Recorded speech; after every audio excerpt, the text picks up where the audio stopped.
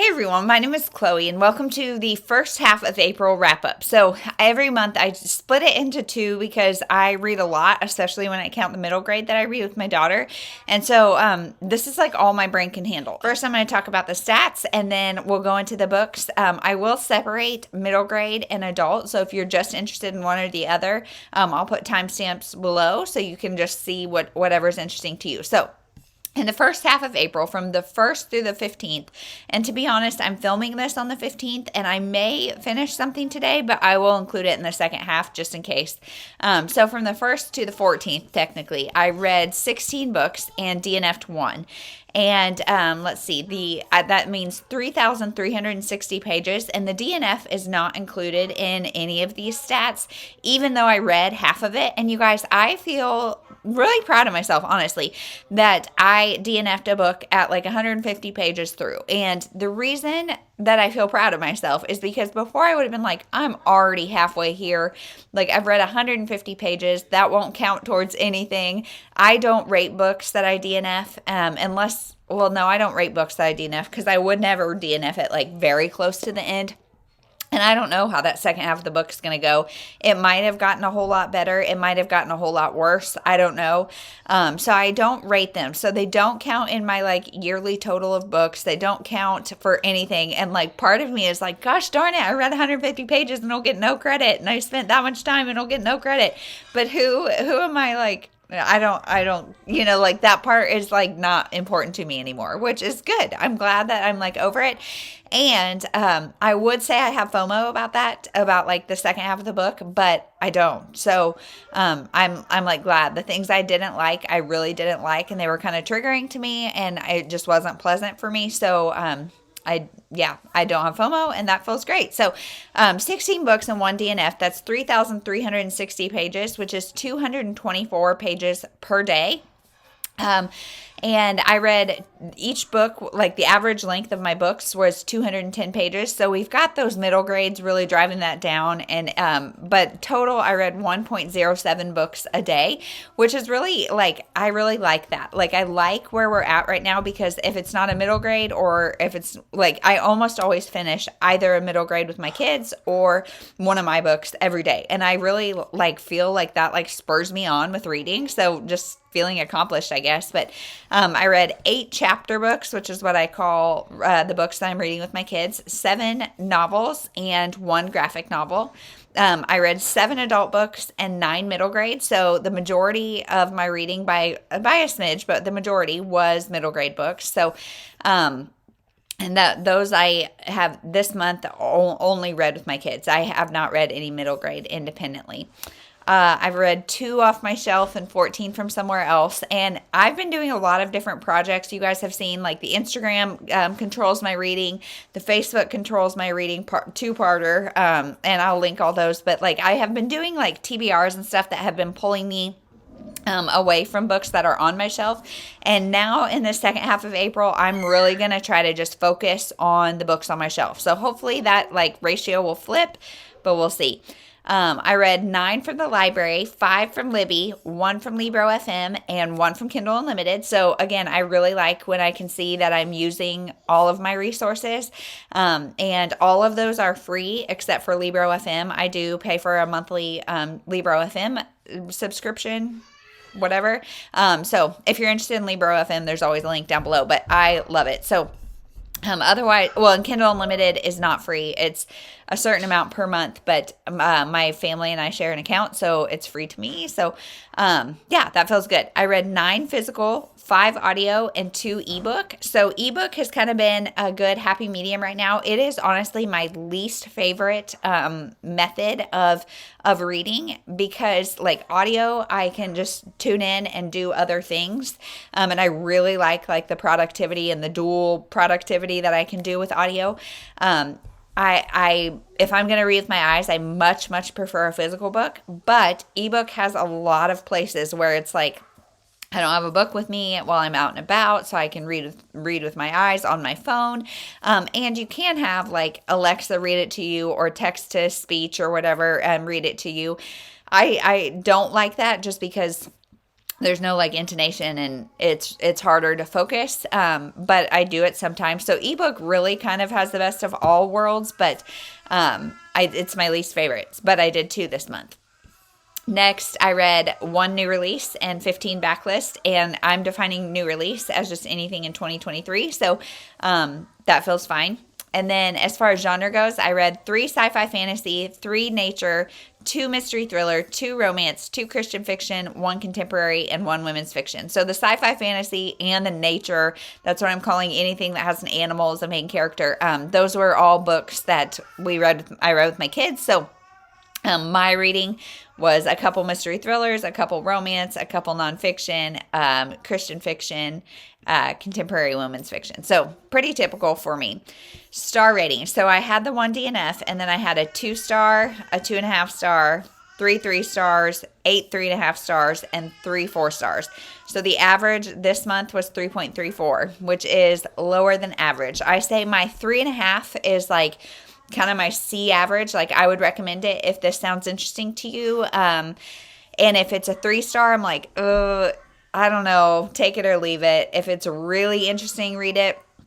But so anything less than a 3.5 kind of indicates a rough month for me. Okay, so let's just get into the books. I'm going to do the middle grade first, and then I will talk about the adult books. So like I said, there will be timestamps down below if you're interested. But so the first kind of series that we have been reading is the Sophie Mouse series. I have talked about it a few different times.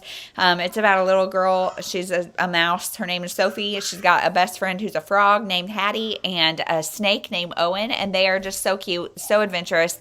Sophie is a artist, and so she does a lot of painting, and I like the seasonal vibes in this series is strong. We have read a fall one, a winter one, and it is so strong. Like, the atmosphere is great. So we read The Clover Curse, where she finds a 4-leaf clover and keeps it, and then finds out that maybe it's a curse. We also read A Surprise Visitor, which is they have a surprise visitor, and The Great Big Paw Print. So those are books 7, 8, and 9, and those are all 3.5 stars for me. They're all super cute. Nothing like exceptional that I'll remember forever, and they're very quick. You can read them in maybe 30 minutes to an hour if you're reading out loud, having conversations with your kids. Like, if you're reading it to yourself, maybe 15, 20 minutes. They are not long, but they're very cute. Next is Over My Head, which is it's Patrick Wigglesworth's Bizarre Bible Adventure by Liz and Jack Hagler. So this is such an interesting concept. So it is a middle grade adaptation of the first, I think, 5 books in the Bible. And I love the idea of this. It is like graphic novel. And it is about this little boy named Patrick Wigglesworth, who he's like talking through his regular life, like he's just a regular kid, and he gets sucked into his Bible for these different stories in the Bible. And so, like in Genesis, he meets Adam and Eve and all of that kind of stuff. And like the concept, loved it. The execution, I did not like. I gave it 3 stars because like the idea is so great. And there are, I would say, if you're familiar with the stories, then you can talk about them. If you are not familiar with the stories, I don't feel like this would give you enough to like know the story, because it's told, like, the boy is kind of a brat, and like his life is kind of uninteresting and like kind of like counter Christian. I mean, it's not counter Christian in that like he's doing anything sinful or wrong, but it's like all of the things that are cultural that are not biblical are very prevalent in his life, and he takes that and takes it into the Bible, which is fine because that's what a lot of us do. We live in this culture, but it's really distracting, and so like you kind of don't get the point of the Bible stories. And so I don't know, I gave it a 3 stars. I didn't particularly like it. I also have a hard time reading graphic novels out loud because you have to like point to what you're reading. You know, it's kind of a mess, but I wouldn't continue this on my own either, but I love the idea.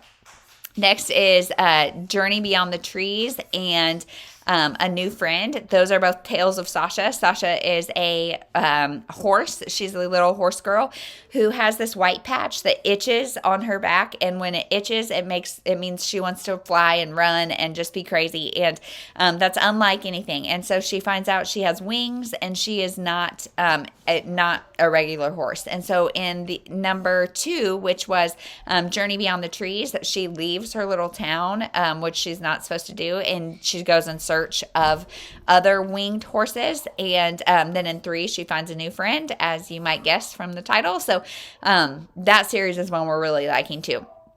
Next is Isadora Moon Goes to School by Harriet Muncaster. So this is so cute. This is the start of the Isadora Moon series. And this is about a little girl who is half fairy and half vampire. And so she has to choose now. Her parents are saying, hey, it's time for you to go to school. Do you want to go to fairy school or do you want to go to vampire school? And she trials both. And neither are exactly what she feels like. She doesn't feel like she fits in either place. And so it was cute. And in the end, she sees human kids and asks to go to human school. So I'm excited to see where the series goes. I gave it 4 stars. And then last for the middle grade was Princess Posy in the First Grade Parade. This is about Princess Posy, and this is a little girl named Posy who is about to go into first grade, and she's really scared. And she's scared because I'm guessing this is written in a time when kindergarten was half day or something. Like, it's a big transition for her for whatever reason to go into kindergarten. And her neighbor kids are scaring her, like intentionally trying to scare her. And she runs into her teacher, like at the store, and her teacher's she has this obsession with this tutu. And her teacher's wearing these like ratty old shoes, and they're both like, wouldn't it be cool if we could wear our favorite clothes to school and not worry about it? And Posy's like, why can't we?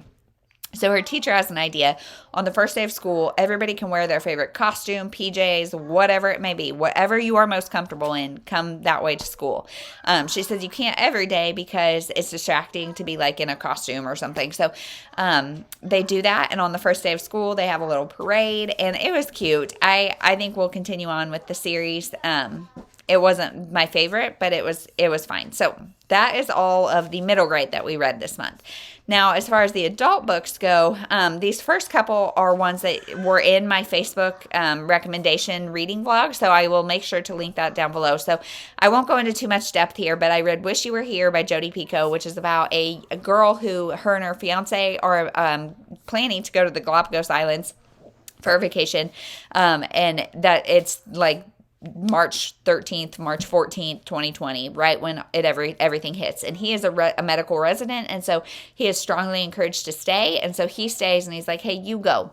So she goes, and sounds like a dream to be on the Galapagos Island when New York is where they live, and it's going crazy. But she gets there, and it's a ghost town. So things are not quite what she expected, not quite what she wants.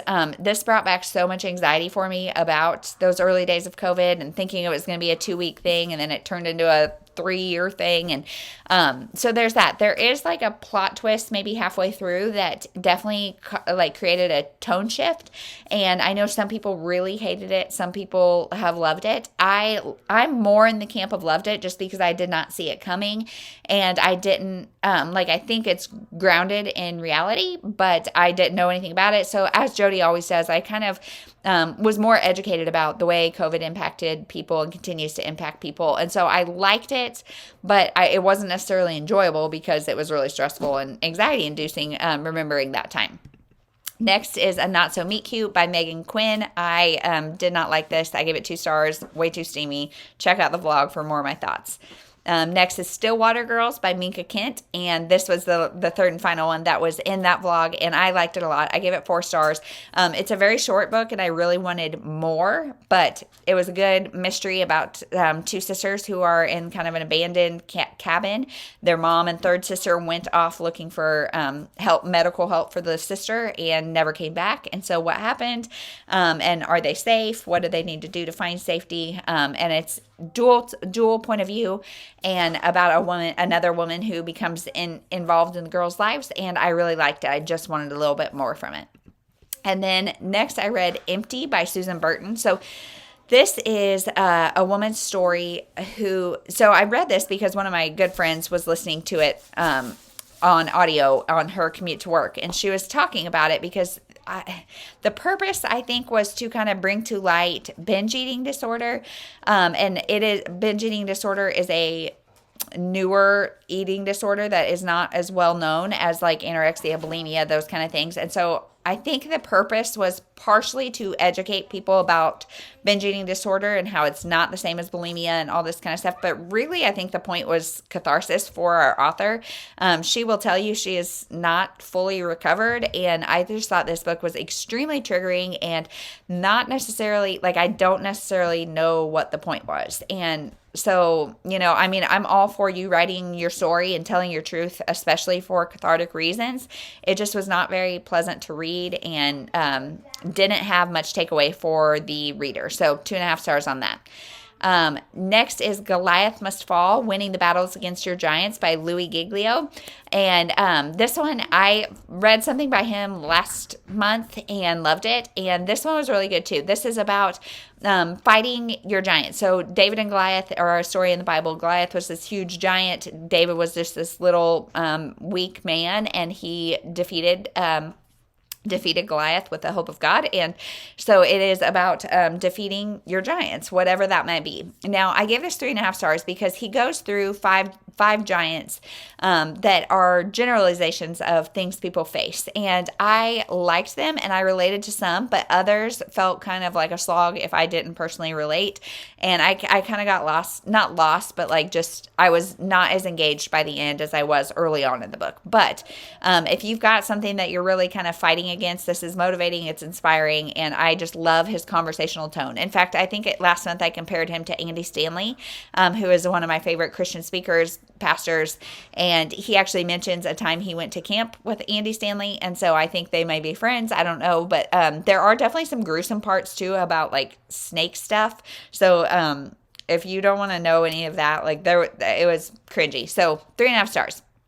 And then last was Georgie All Along by Kate Claiborne. So this was my book of the month pick, and I had high hopes, and this fell flat for me for sure. This is about a girl named Georgie who goes back to her hometown, and I thought it was going to be like a women's fiction. She finds this like bucket list basically that she made in high school, and I thought it was going to be her like trying to go through that bucket list and like reclaim her life, and that is in there, but it was very background, and it was just it just fell flat for me. I did not like the story. I was disengaged quite a bit of the time. Like I had to really force myself to keep picking it back up, and once it was done I was like, okay, that was cute, but in general, I was very disappointed by it. This is a romance between her. Her parents are out of town when she goes back to her hometown or whatever, and her parents had loaned their house to both her and like this high school crush, her high school crush's brother, and so it's a romance between those two, and like he's got a lot of issues that probably should have been worked out in therapy and stuff. Or should be worked out in therapy, like lots of issues. And she also has some issues, and it's just a very slow book, very character driven, and I didn't find any of the characters like engaging or relatable enough to like care. So that is all my thoughts on the books that I read this half of the month. Let me know what your thoughts were, and if you've read any of these books, what was the best thing you read in March or April? Gosh, this year's flying by. But anyway, let me know the best thing you read. Thank you so much for watching. We'll see you in the next one.